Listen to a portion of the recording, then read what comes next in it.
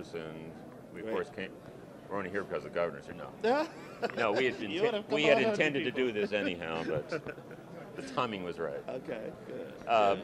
Perhaps you could tell us a little bit about Atlanta Executive Network, how long it's been around, and what are its objectives? The Atlanta Executive Network was founded in May of 1992, so about 8 years, and it has a twofold objective. One is to expose the business community to the gay and lesbian population, and the other part is to allow gay and lesbians to network with each other and find out what types of business or entrepreneurial opportunities we're all involved in so that we can support each other and we can help each other develop. And you've now got about 600 members? Yeah, we have about 600 members on paper. And they cut across all disciplines? Cut across all disciplines. We are nonpartisan. We have plenty of log cabin Republican members as well as Georgia Stonewall Democrats. That's not an issue. We have people in the corporate world, people who are entrepreneurs, and so forth. Do you take on kind of social projects of any kind, annual projects, as a group? You're not that kind of group. Not really, because most of us are so involved in other organizations. For example, I'm on the board of directors of Project Open Hand. A lot of people are involved in the Georgia Equality Project, right. So we tend to have that involvement anyway. And how about female members? A number? Yeah, I don't have the numbers. It's not enough. That's not enough, and we have special mailings that we'll send out to various groups, because it's not only women, it's also people of color. Right. We need to do more outreach in that area. It seems every organization is facing that same challenge with women and minorities. Well, yes, but it's a challenge that we can't do anything but keep working at. When I became president, I said that my two passions were to reduce racism in the gay community and to reduce homophobia in the African American community. So I feel very strongly about that. There is a vibrant African American gay community as well as a women community, but we live very separate worlds, and we need to build bridges. How did this invitation to Governor Barnes come about, and why do you think he accepted it? I think it was a natural evolution. We've had Representatives McKinney, we had Representative John Lewis speak. Last year we had the Lieutenant Governor, Mark Taylor. We've had Senator Max Cleland speak. So I think it was just an evolution, and I think it was more of a matter of his calendar accommodating it, because I think we started inviting him probably, maybe a few months ago, almost a year ago. Has he spoken on this issue to a group similar to this, that you have some inkling about what he's going to say? Well, I think, yes, he has appeared. 2 years ago, he appeared at the Human Rights Campaign dinner. That's right. And this past year, he appeared on video. And in the speech he made, he talked about his vision for Georgia, including all of us. So I'm assuming that he's going to solidify that with us today, to say that his administration views us all as equal citizens. That's neat. And he'll take questions and answers afterwards? Yeah. And your format is to write them out? Right. Written questions are submitted to the podium, and then we'll pass them on to the governor. And how about upcoming speakers and other programs? The address. We've just had Judy Shepard confirmed for January, the mother of Matthew Shepard. That's great. Right, and we'll get that on our calendar too. Great. Yeah, that'll be the January meeting. In September, we have David Mixner, who was a big Clinton, early Clinton supporter, and he has a new book coming out. So those are the two that we have already confirmed, and we're working on some pretty exciting ones that we haven't quite nailed down yet, too. That I think so you're not going to tell us then? No. But I'm pretty sure you'll be back for that one as well. Ron, we appreciate it, and we'll see you again real soon. Okay. Well, thanks for coming. Thanks very much. Good.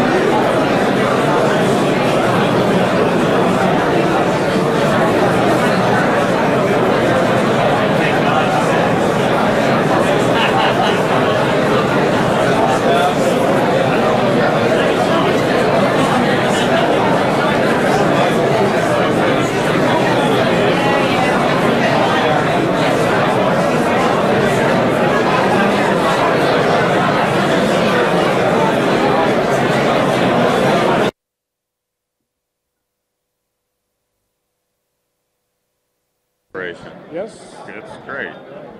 1992. 92. And what is your business?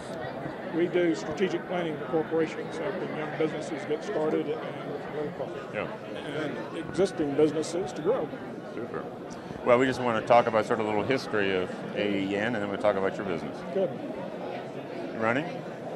Alan Jones. Right. Normal spellings, A-L-L-E-N? A-L-L-E-N, which is different. Normal spelling, Jones. And it helps a lot in New York because they remember that singer, Alan Jones, and I get reservations easier. What is your firm, Alan? ARI Consultants. And you started the Atlanta Executive Network. I was the original president of the organizing committee. We had about 15 on the organizing committee, and that was in 92. We met, the organizing committee met maybe 3 times, and then we had our first meeting. We originally thought we were going to be having dinner with about 30 people, or I thought that, and we would do some networking, do business together and whatever, but 80 people turned out at the first meeting, and then during my 5 years as president, it grew to 1,106. And the number now? I'm not sure. See what That's these right. retired people, they don't keep up. In any case, so it was to be a dinner meeting and not the format you have currently where you sort of network and have a drink or two and then have a speaker and then sit down together and That was originally it, but that never occurred. We immediately saw the need, and my idea was that people needed to have the opportunity of actually talking about themselves. So we immediately went to round tables of 8 for all the meetings with facilitators, so that at the beginning there's 30 minutes where each person gets to talk about their business. And that's been extremely valuable to the people and has developed many new businesses. And you moved from hotel to hotel, or is there a... Well, we did for a number of years and then sort of settled at the Colony Square Hotel. But you're at Four Seasons this month because of the governor's meeting? Colony Square is under renovation. Oh, that's and true. The people at Four Seasons were kind enough to make this room available. Just reflecting. But we used Four Seasons in the early days when it was the Grand Hotel. You remember the days when Colony Square Hotel was the Fairmont Hotel? Indeed I do. Until we ran them out of town? That's right. Remember those gold columns and red carpet? Right. I don't think anybody could forget that event. And I assume the membership here is a cross-section of many disciplines. Exactly. Very diverse group. Almost every occupation that you can imagine. I don't think that we're missing any occupation that I could think of. Lots of businesses developed out of this. But more importantly, there has been a feeling that's developed by being in a room like this with people that you can admire as role models that gave people comfort. In the early days, I was worried about getting those people to a hotel ballroom. They'd even be comfortable. And then as it grew, there's a lot of power that comes from having this kind of economics in a room. We've come a long, long way. So that evolved into then attracting very good speakers like Bernie Marcus from Home Depot, Rebecca Dunn, who headed Bell South Telecommunications, and Tom Rorick, who was CFO of Delta Airlines. And at the meeting Bernie was at, he said, "How many of you shop at Home Depot?" And all the hands went up. He said, "How many of you are investors?" And about 3/4 of the hands went up. So that's great. He was talking to his group. Have you ever had anybody from Coca-Cola here? No, not Coke yet, but that working on it. That will come. Well, we're one of your newest members, and we look forward to seeing you again. Great. We're so glad to talk to you. Thanks, Alan. Take care.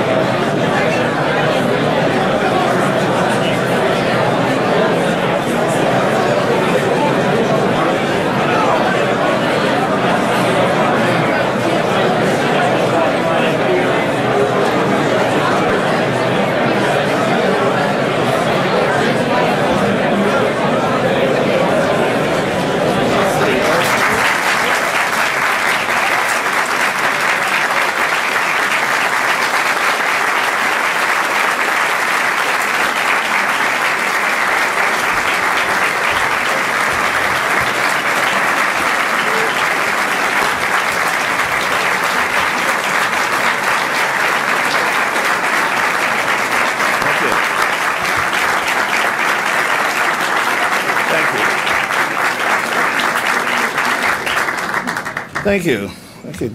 Good evening. Well, another typical AEN meeting, right? There's a lot of you out there. Welcome everyone.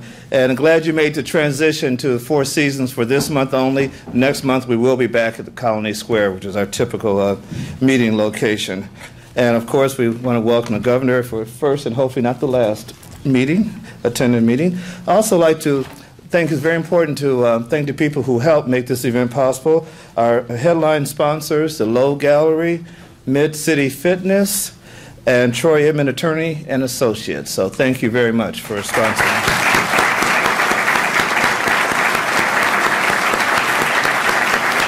Okay.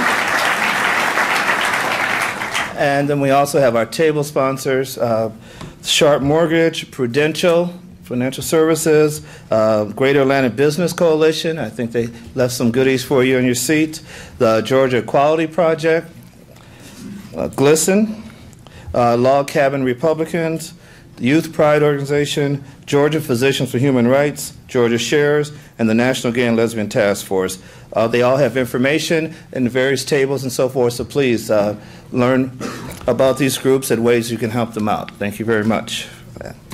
Also, I would like to also thank some other people and recognize some other people who have worked tirelessly to bring this meeting off. It was nice sort of for me. I just sort of showed up and I just kind of walked around and to the back, but the people who really worked tonight were a couple groups I want to acknowledge. My board of directors for the Atlanta Executive Network, the board of advisors for the Atlanta Executive Network, and also Gordon Tuttle, one of our members, that put together a team of greeters, people to answer questions, make everybody feel welcome. And so if those people could stand, the greeters, the board of directors, board of advisors, with some, maybe you're already standing, but raise your hand at the greeters.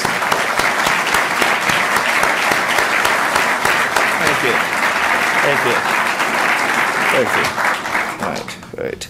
And we also, I want to recognize we have three new members to our board. Ann McAllister, Johnny Heath, and David Payne, our new AEN board members. I want to thank them and welcome them.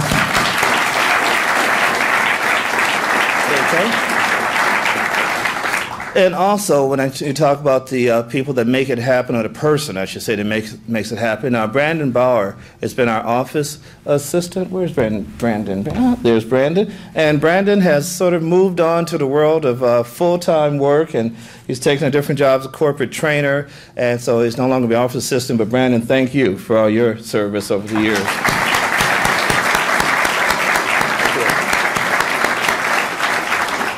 And so we need a new Brandon. So this is also a call for, is there anybody that is interested in we call it a part-time job, a part-time job, then please see myself or any of our board members. We will be placing an ad and so forth, but we need an office person.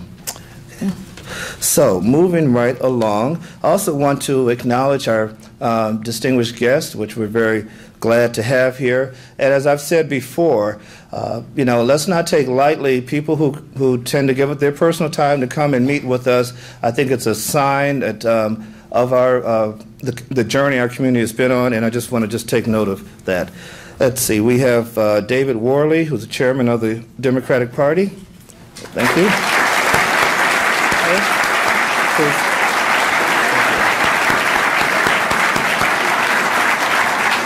Okay. And a longtime friend and supporter, Senator Vincent Fort. I see he's standing over there.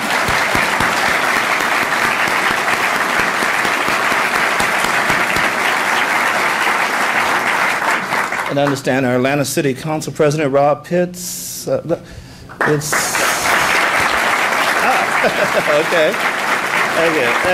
Thank you. City Council President and mayoral candidate. And we also have Mayor Al Fowler. Mayor Al Fowler of Pine Lake is, okay, there he is. Thank you. Okay. We also have Shirley Franklin, who is a mayoral candidate for Atlanta. Welcome.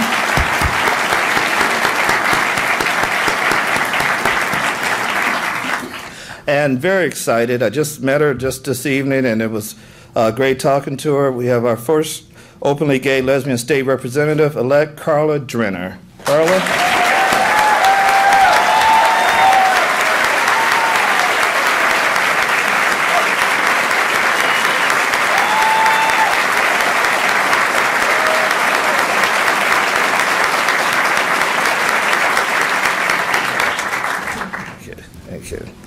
And one more person who's a very good friend of mine, very glad she's here, Keisha Cunningham, who's the City Commissioner, Decatur.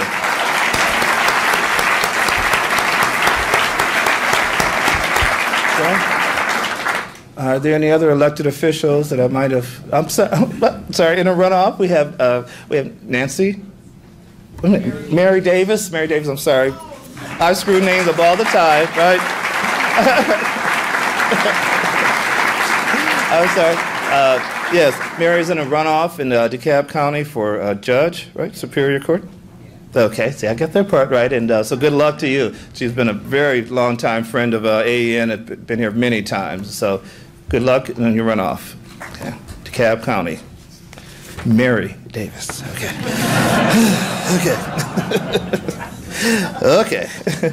And just to also alert you some upcoming meetings, just let you know where we are. September, David Mixner will be our speaker. David Mixner, aide and confidant to President Clinton, gay and lesbian issues, and he has a new book coming out he'll be here to talk about in September. And also very excited, we just got this confirmed the other day, for January, Judy Shepard will be our speaker. We'll see you. Okay. And we're working on some other exciting things too, but we just can't go public with it yet. But just want to urge you to continue and coming out, and we hope to continue giving you good meetings. So, moving right along, our speaker is going to be introduced by a friend of mine, Harry Knox, who's the executive director of the Georgia Equality Project. Harry is a graduate of the University of Georgia and Lancaster Theological Seminary in Pennsylvania, where he received a Master of Divinity degree. Raised a United Methodist, Harry pursued ordination in the United Church of Christ, but was denied because he was gay. He has worked for the Georgia Division of American Cancer Society and has served on the boards of the Atlanta Gay Men's Chorus, Interfaith Aid Network, and St. Mark Methodist Church. Harry is currently executive director of Georgia Equality Project, which is the political voice for Georgia's gay and lesbian, bisexual, and transgender community.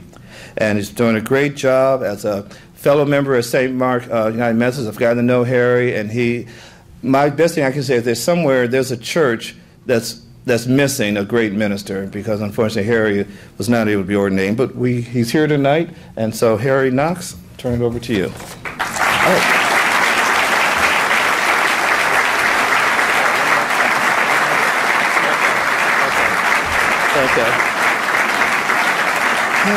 Okay, you know, normally I do this pretty well, but this time I'm getting a little nervous here. I just want to say one more thing. Okay. A lot of people have asked me over and over, how do we get the governor? How do we get this? How did it get to this point? And I want to say that it really started in 1992. And there was a gentleman named Alan Jones who, on a Christmas Eve event, came up with the idea. And he pitched it to a few people, and I have some names here, people who were either on the organizing committee or on the initial board.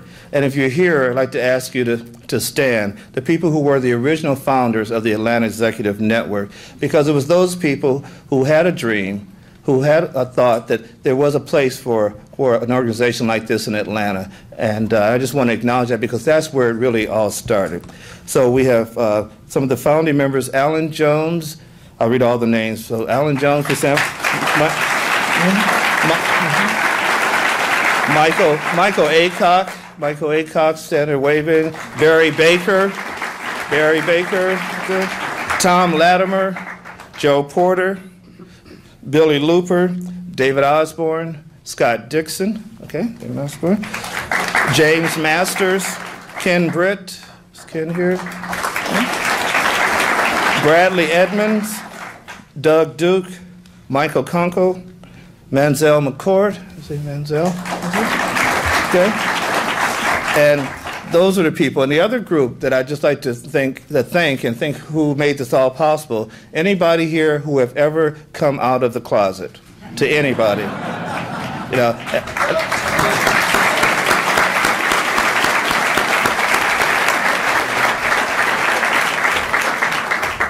Well, I don't blame Ronald for being nervous. I'm a little nervous myself. I was in a meeting the other day where we introduced ourselves to each other by going around the table and telling something that other people in the room might not know about us. And I told them my great secret to successful speaking engagements, which was that when you're really nervous about one, I always wear my Scooby-Doo underwear. And Governor, this is a Scooby moment.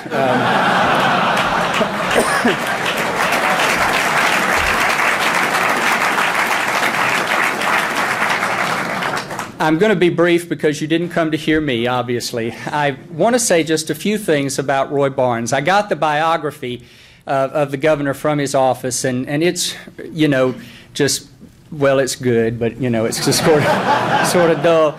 But in it, Marie Barnes' name appears 3 times, and it's very clear that he's clear about who helps him be successful. Mrs. Barnes, would you step forward and let us recognize you?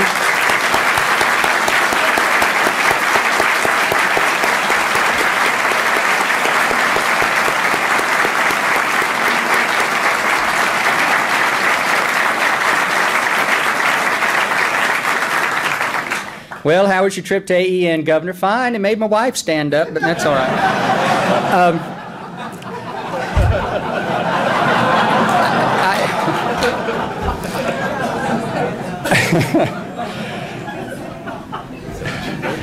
I want to say, though, just a couple of things about Governor Barnes. It's not about his education and what he's been elected to in the past. Most of you know most of that.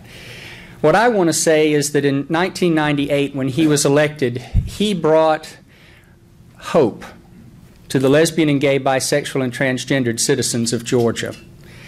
We had never before had a governor's candidate, a gubernatorial candidate, who sought our vote in so open and forthright a way, who was willing to talk about hard issues that are not always popular on the campaign trail.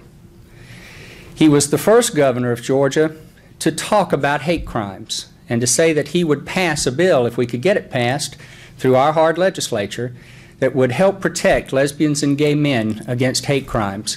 He signed that legislation in March.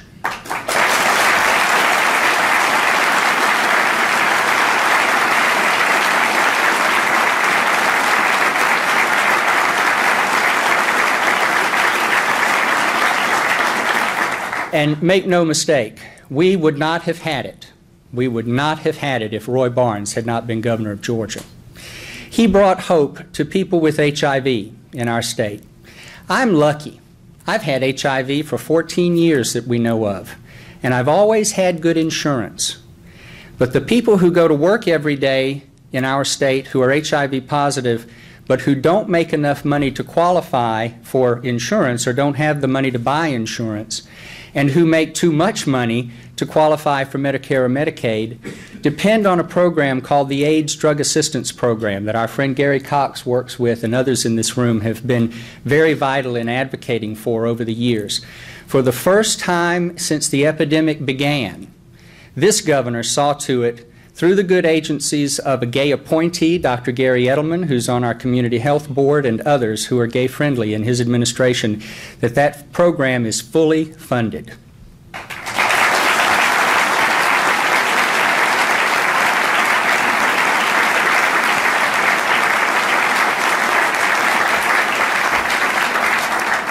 Governor Barnes has brought us hope because he's been willing to help us when we needed him.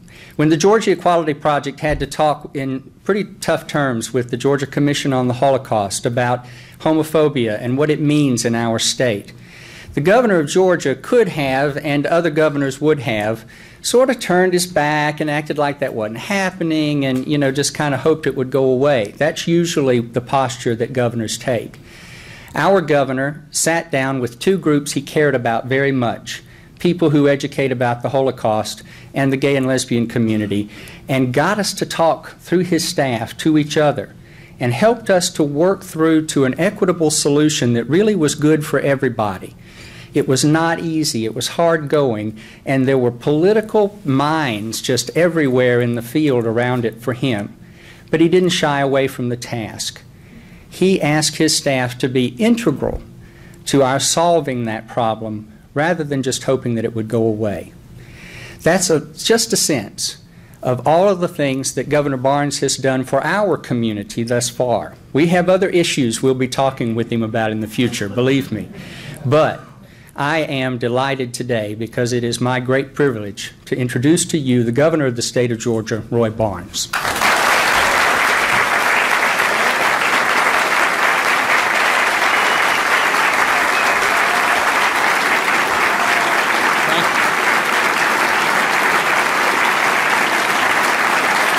Thank you.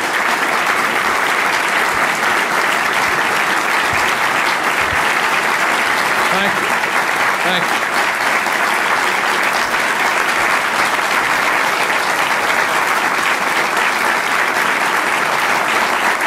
Thank you. Well, I appreciate that warm welcome, and I appreciate you allowing me to come and to visit with you tonight. I'm glad to be here to talk with you as Georgia taxpayers and Georgia citizens who just happen to be gay and lesbian citizens of the state of Georgia.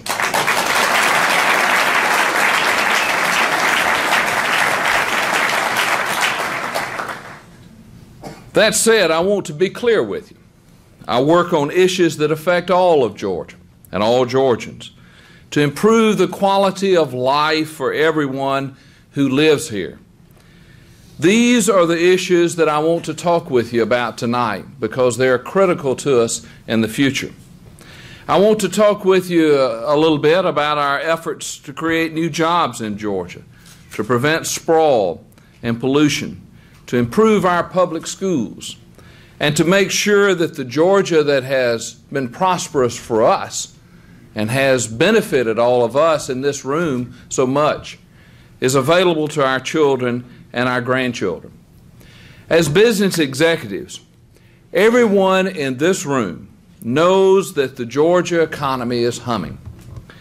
Georgia has the lowest unemployment rate in our history, 3.2%. If you told me a few years ago that we were going to have a 3.2% unemployment rate, I would have thought you were crazy.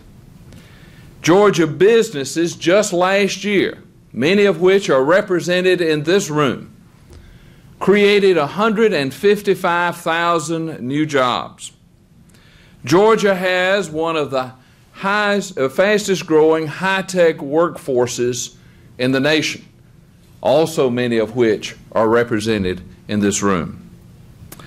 My favorite statistic, though, is one, politicians love the little quirky statistics. My favorite statistic, however, is that Georgia is the #1 destination for U-haulage. Now,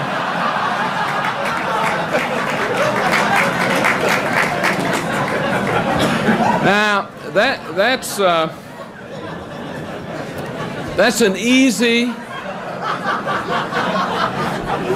easy statistic to explain. People are moving here, and we all know that.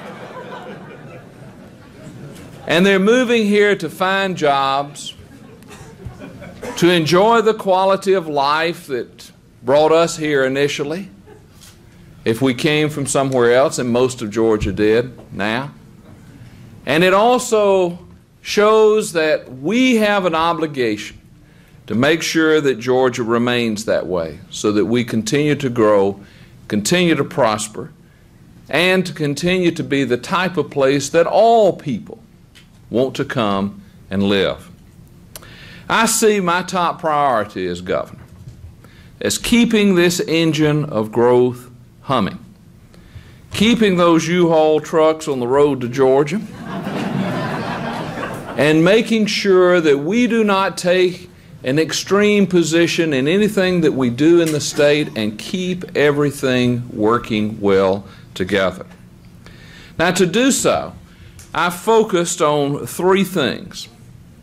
building a well-trained, highly skilled workforce in Georgia, on providing businesses with cutting-edge research from our state universities, and on negotiating one-on-one with companies to move to Georgia. In fact, I just finished a round of one-on-one meetings on a trade mission to Israel, which I'd never been there before, and I was very impressed with. And we brought back, we targeted high-tech companies, and we brought back 6 that are locating here in Atlanta, the Atlanta region, as their entry into the United States market. It is something that every governor should have as his top priority in making sure that new jobs are being created. Certainly, more established companies could have been brought back more, but this trip was really an investment on the future, and I think we'll have many more than the 6 we just brought back. High-tech companies like the ones that we just announced can provide the double-digit job growth that Georgia needs to maintain its single-digit unemployment. That's why I target them, and that's why we need to encourage them. And our research partnerships help us do that. For instance, Yamacraw. I hate the word synergy, but that's what Yamacraw is all about. Yamacraw, just let me tell you how we got it. There is some basis to it. The bluff where Savannah is located was called Yamacraw Bluff. And when Oglethorpe, this is those of you that went to school in Georgia and studied Georgia history, I'm testing you a little bit. When Oglethorpe, the founder of the colony of Georgia, later become the state of Georgia, first set foot in Georgia, he set foot on Yamacraw Bluff. And just like that was the beginning of our state, Yamacraw, the Yamacraw Initiative, is the beginning of a new partnership based on high-tech research, partnering our university system with our private businesses to make sure that we continue to prosper. The state, the way it works is the state puts money into Yamacraw so that it can recruit more engineers and broadband researchers to the state's universities. They agree in turn to hire and to expand and create a certain number of jobs that allows Georgia to prosper. Jobs are the basic measure of our economic prosperity. That's why I'm committed, as I said, to creating them, to bringing them here, and keeping them in Georgia.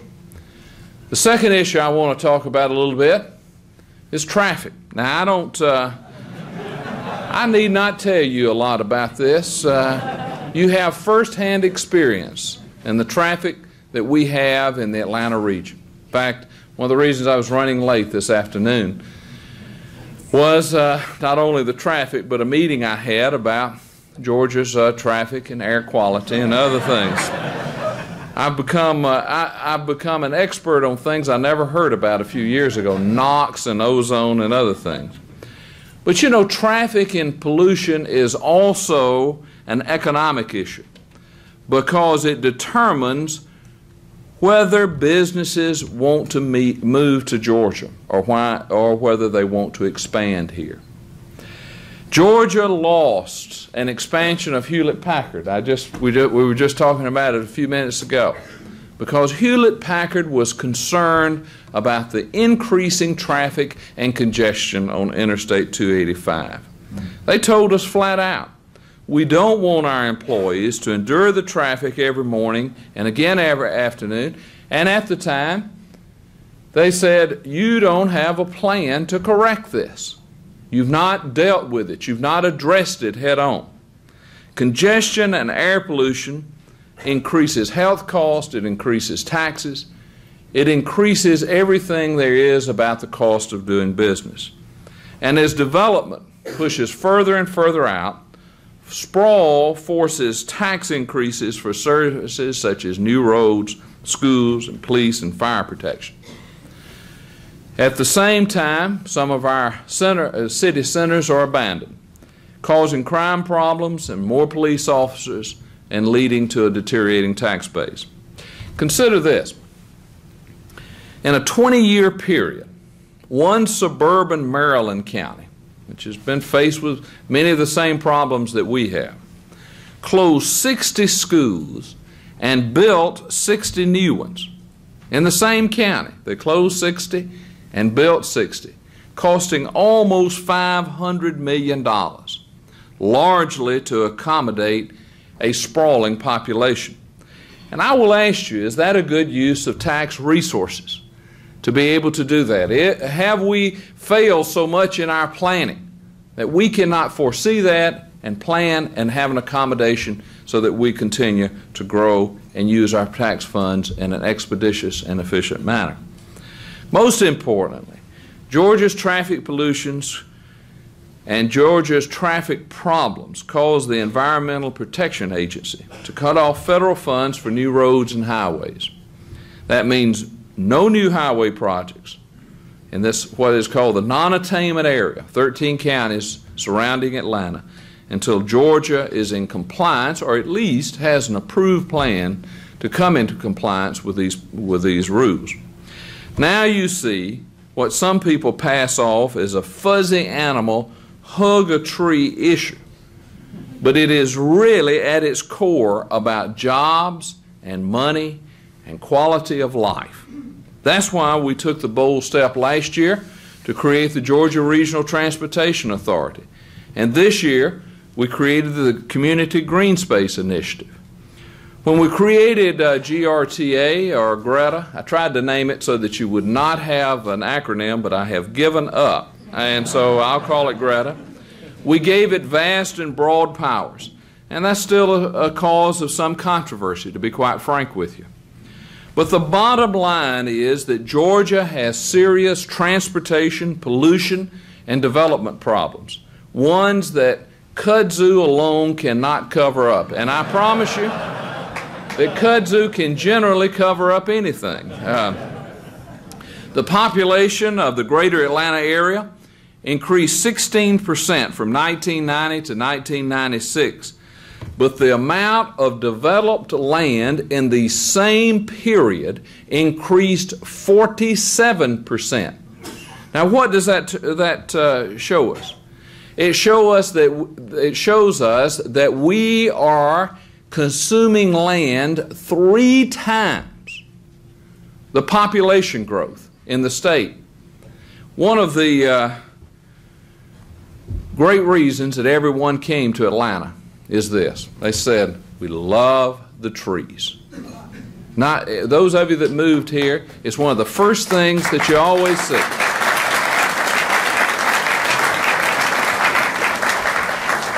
Well, let me ask you this. If trees and green space is what made us prosperous, why would we be cutting them all down? I mean, it's like killing the goose that's laying the golden egg.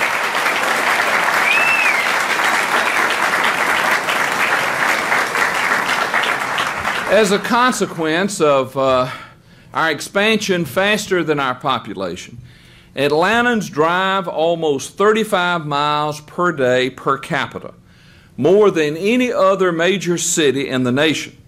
That means Atlantans drive more than people in Los Angeles or the District of Columbia or any other city in the United States. Some say the world, but we don't have good statistics on that. But it was really the EPA's decision to suspend federal funds for roads and highways that sparked the creation of GRTA.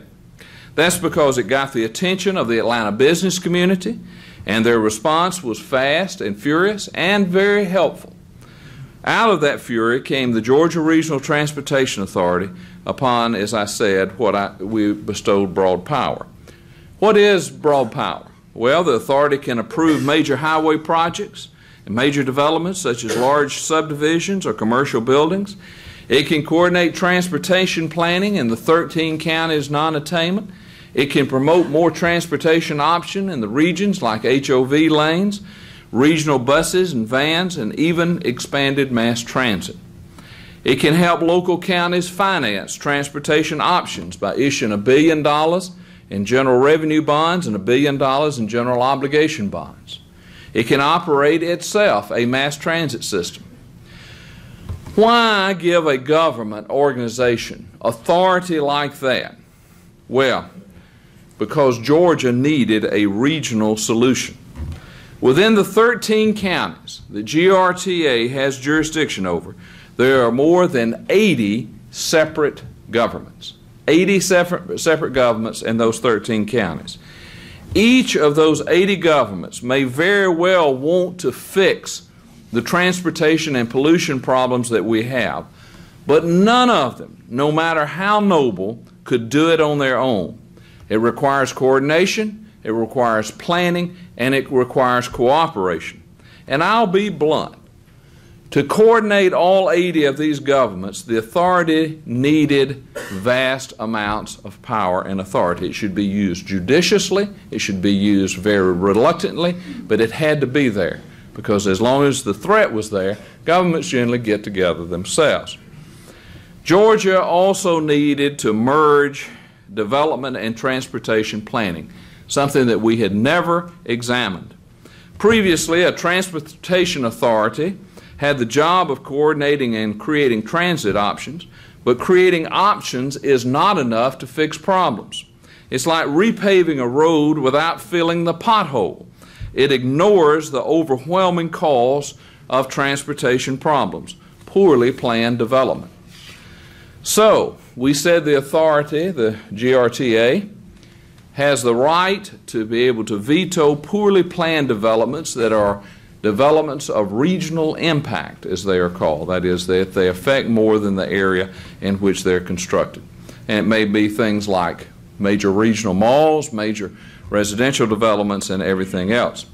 This year, I turned my attention to putting in place a green space program for Georgia. It's called the Georgia Community Green Space Initiative, and it will help us preserve 20% of the green space in our fastest growing counties. And by the way, there are 41 counties in Georgia that have 73% of the population of this state. 41 out of the 159. And that's the ones that the Community Green Space Initiative targets. It establishes a structure for distributing state funds, $30 million in the most recent budget, it was just passed, to help counties buy land for open spaces and to connect them up. Now Georgia will be in a position to preserve acre upon acre for green space for generations of Georgians to come. The Georgia Regional Transportation Authority and the Green Space Initiative are helping reduce and will help reduce Georgia's traffic pollution and sprawl. They're helping to protect our quality of life, which has made businesses that you run and are executives of come to this area and love it. And they're helping to keep businesses moving to and growing in Georgia. Now, the third issue I want to speak about a little bit is the efforts to improve Georgia's schools. Georgia is in a throes of an education revolution, largely because our economy is in the throes of its own revolution. Jobs today, like never before, require skills, knowledge, and training. And our schools today, in many cases, simply are not providing the skilled worker that your businesses need to be able to remain prosperous. Listen to this statistic. In 1968, 65% of the jobs in Georgia required no formal skills or training. That means that a high school diploma was sufficient. No formal skills or training. Today, 32 years later, the exact opposite is true. 65% of jobs require skills or technical training. But we also know that in providing these workers for these high-tech companies that we've been talking about earlier, or Hewlett-Packard, or any of the other companies, that we're not doing enough to train our students to be able to fill those jobs. Half of Georgia's 8th graders can't do basic math, basic science, or basic writing. Out of all of the freshmen who began high school in Georgia in 1995, only 68% of them completed high school in 1999. Some people think that we can put these children, just because they sat for 12 years in school, into the workforce. And somehow people think that if we do, our economy will continue to grow and to hum. Well, I've got news for you. That won't happen. And that's why I am serious about improving our schools. That's why I worked hard on House Bill 1187, our first step in improving Georgia's schools. It lowers class sizes, gives parents, teachers, and principals more control over their local boards and schools. It demands clear-cut results of objective standards, the type that you are used to dealing with every day in business, and I am also. It measures our children's progress, and it rewards good teachers with a financial reward, the same way that you operate your businesses. This year I plan on doing even more to improve education in Georgia, particularly improving our middle schools, enhancing teacher education and training and certification, and promoting leadership in our schools. Georgia's children deserve better. And if we want Georgia's prosperity to continue, we're going to have to give them better. Those are the issues, jobs, traffic and pollution and schools, that I see as critical to preserving Georgia's future prosperity. That's the reason I'm working hard on all of them. But finally tonight, I want to talk about a piece of legislation that some of the people in this room played a critical role in drafting and passing. As all of you know and has been alluded to, we were successful this year in passing hate crimes legislation, which went into effect on July 1st. Now, under this new law,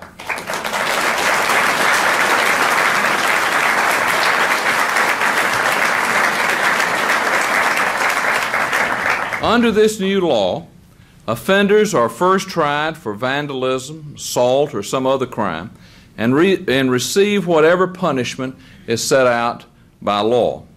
Then, if a jury decides the crime was motivated by bias or prejudice, the court will impose additional fines and jail time. And our law, as written, in my opinion, withstands the constitutional problems that caused, but the Supreme Court addressed and caused to be stricken in, I believe it was Michigan. Was it Michigan? New Jersey, sorry. New Jersey case. Now, these stricter punishments can be applied to any crime where there is, as I said, evidence of bias or prejudice, including arson and murder. With this law, fines and sentences are increased by half for misdemeanors, up to the maximum for that crime. And for felonies, prison sentences are increased by 5 years, up to the maximum for the felony. Now, with this bill, we're sending a clear message to would-be criminals. Georgia does not tolerate crime, and Georgia does not tolerate hatred and bigotry as reasons for crime.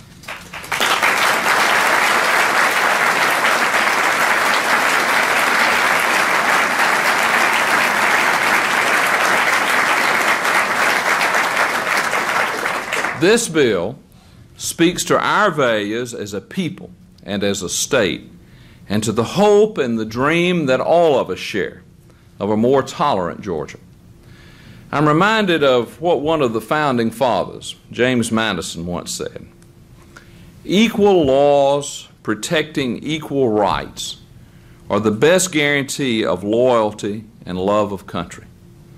I commend your success as business leaders, your hard work on issues like hate crimes, and your commitment to making Georgia a better state in which to live and to work. I hope you have a wonderful evening, and I'll be glad to take some questions.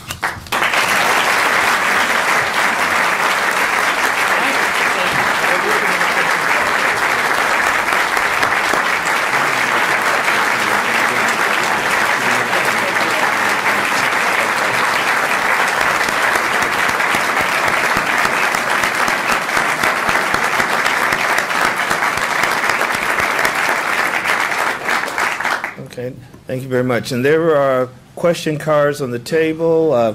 There's people with pens if you need a pen. I think Brandon and Tom have pens, but maybe you... Okay. Somebody's leaning up against the... Yeah, somebody might have inadvertently... Yeah, okay, well, I can read it. Okay. Okay. Every day in our schools, children are harassed, called queers and fags, and are even physically beaten up simply because they're gay or perceived to be gay. As the education governor, what specifically can you or will you do to protect these gay kids and stop the harassment which leads to a poor learning environment? Well, the first thing that I think that and it touches on a good point, and listen, it's not only about gay and lesbian, it's many times about race also, let's face it, in our public schools, or just being different, period. I think there are some ways that you can address this properly, and I think there's some ways that you can. One of the ways that's been suggested is maybe that we come up with a list of prohibited words that children use. And I don't think that works. First place, I think if you give kids prohibited words, the first thing they're going to do is use them anyway. I mean, unless schools change since I've been there. So the key to all of this is the teaching of tolerance of folks that are different from us. Now, over the last few years, we have tried to create a curriculum dealing with what we call character education. And character education has as its very basis the teaching of tolerance. You see, the key to all of these issues, whether it's race, sexual orientation, or just where you live, or how much your mom and daddy make, is the teaching of tolerance for those that are different. And I think that the emphasis on the teaching of tolerance, particularly given our historic view, you know, if you think about, of course I love history, and everything has a historic view in my mind. If you think about the founding of this nation, even this state, it was a founding based on tolerance of folks that generally did not fit in from whence they came. Georgia had as base those that were debtors, that were in prison for debt. Religion played a great price in Maryland, which was Catholic, for example, where most of the nation was Protestant. So the teaching that the nation was founded upon tolerance and diversity, and the teaching that tolerance is the basis of being an American, is, in my view, the best way to address it.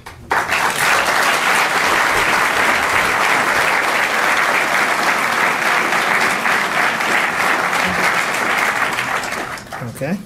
Governor, what about enacting a non-discrimination policy for state employees?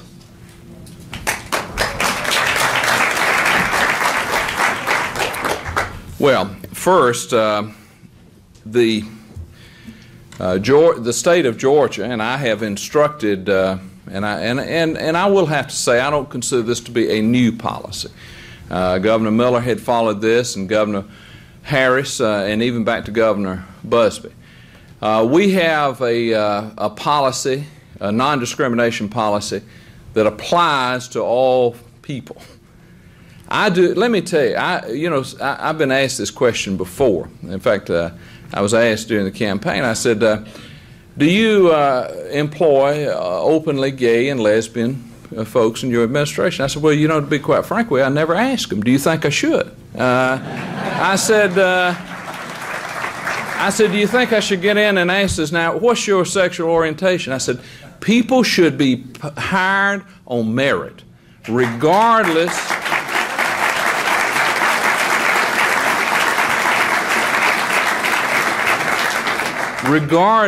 of anything about them, what color they are, where they came from, or anything else, sexual orientation included. Now, Georgia does not specifically have a statute that says that, and I could not issue an executive order on that, because an executive order has to be based upon, has to have statutory constitutional approval to do so. But in the administration of our employment practices, we don't do it in the governor's office, and it is the policy of this state not to have a discriminatory basis on the hiring of any reason. I don't care what it is, but it should be based solely on merit. It should be based solely on the ability to perform.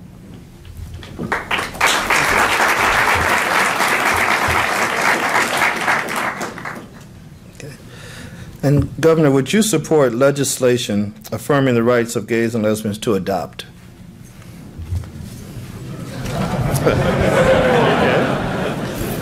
Wait, I want to get under the table. Well, I'll be quite frank with you. I don't know what the current law on that is. It's my understanding that there is a non-discrimination provision in the current law of Georgia. So you'd have to show me that there's some that is different from that right now. So I can't answer that directly because I don't know what the current law is of Georgia. Now, I'll be quite frank with you, and I'm not going to lie to you. There's some things we agree with and some we don't. I am not willing to pledge or to state that I would change the law or enact an affirmative law allowing such a right until I had further time to consider the matter.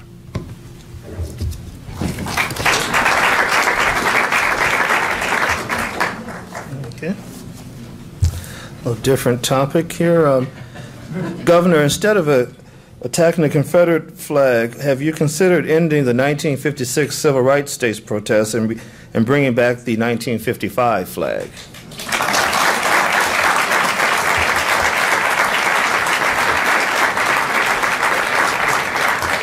Well, the 1955 flag was a Confederate flag also. It was what was called the Stars and Bars of the Union, of the Confederate States, which was adopted, I think, about 1877. I could be mistaken on that. Let me tell you where we stand in the flag. Governor Miller, of course, we've had this issue brought up very directly by Governor Miller in 1993. Who was probably the most popular governor we've had in recent history. And it failed. You all know that. When this issue began earlier, I guess late last year again, I had several conversations with different members of the African American members of the General Assembly. And several of them asked me to do this. Before you say anything about this, give us some time to talk amongst ourselves.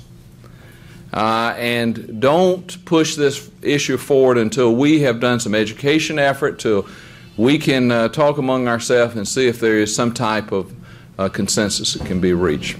And that's what I've done. I've agreed to do that until we can have further discussions on the matter. In all candor, right now, there are not votes in the General Assembly to change the flag. And the flag, and I think that it would meet the same fate that it did in 1993, because many of the same folks are still there. If you look at the votes, they vote the same way. And particularly some who, in their farewell speech to the General Assembly when they're retiring, say we should change the flag. If you go back and look how they voted against changing the flag. And so I'm going to give the time for the General Assembly to have some discussion regarding the matter before I say anything publicly on it.